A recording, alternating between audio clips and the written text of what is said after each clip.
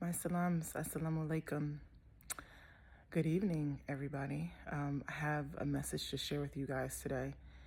And I titled this video, I Don't Want to Nurture My Hubby Love. And the reason why I called it Hubby Love is because that's what my husband is in my phone. That's his name in my phone. And I fear that, and I'm probably a lot older than you guys. I'm in my 40s, late 40s. I'm 49.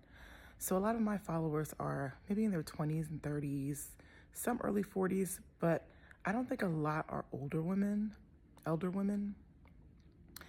And I fear that they have been taught by the societies they live in, especially if they live in the West, or they've been taught maybe by seeing Muslim women being their love and their niceness and their kindness being like taken advantage of.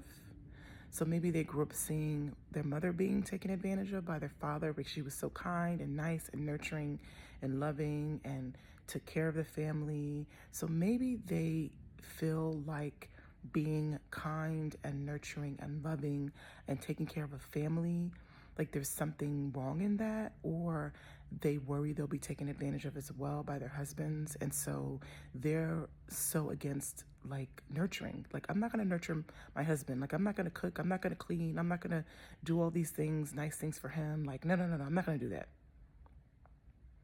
And I was just take a step back when I hear that, because I think, do they really understand the power of nurturing a family? Do they really understand the value in being a mother, the value in being a wife?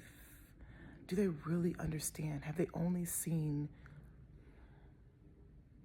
like negative consequences of those two things? Have they not seen how powerful women have done amazing things just from nurturing their families?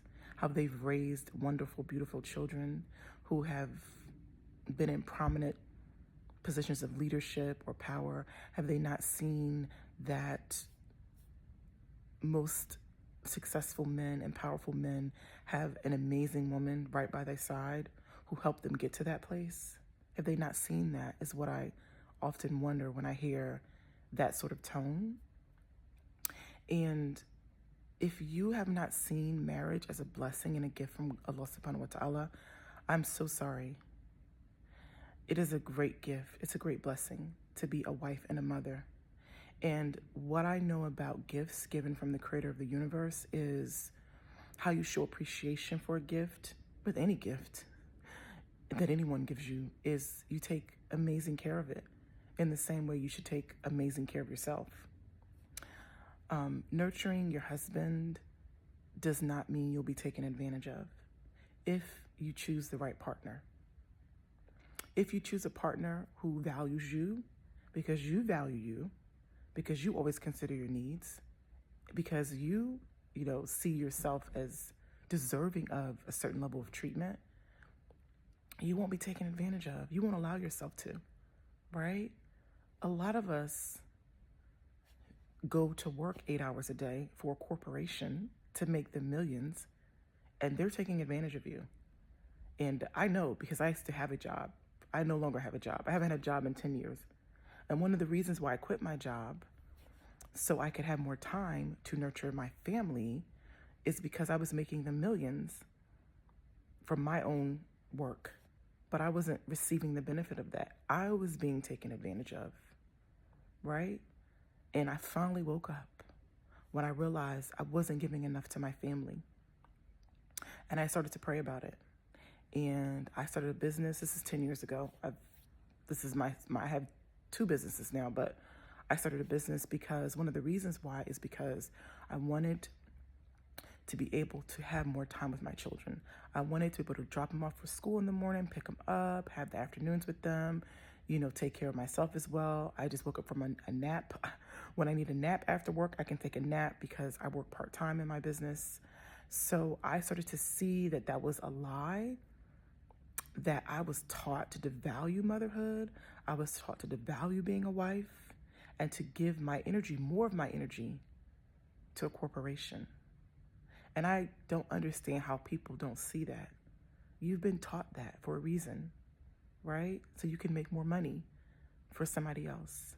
So I think we need to shift our understanding of how powerful we are as women when we are nurturing, when we are loving, when we are kind, when we are caring. It's not the women who are being taken advantage of. And in their minds, if you think about it too, they may not feel like they're being taken advantage of, because in the end, really, when you take care of someone else, you should really be doing it for the sake of Allah subhanahu wa ta'ala. And you'll be rewarded, inshallah, in this life and the next life for whatever care you give to any other soul.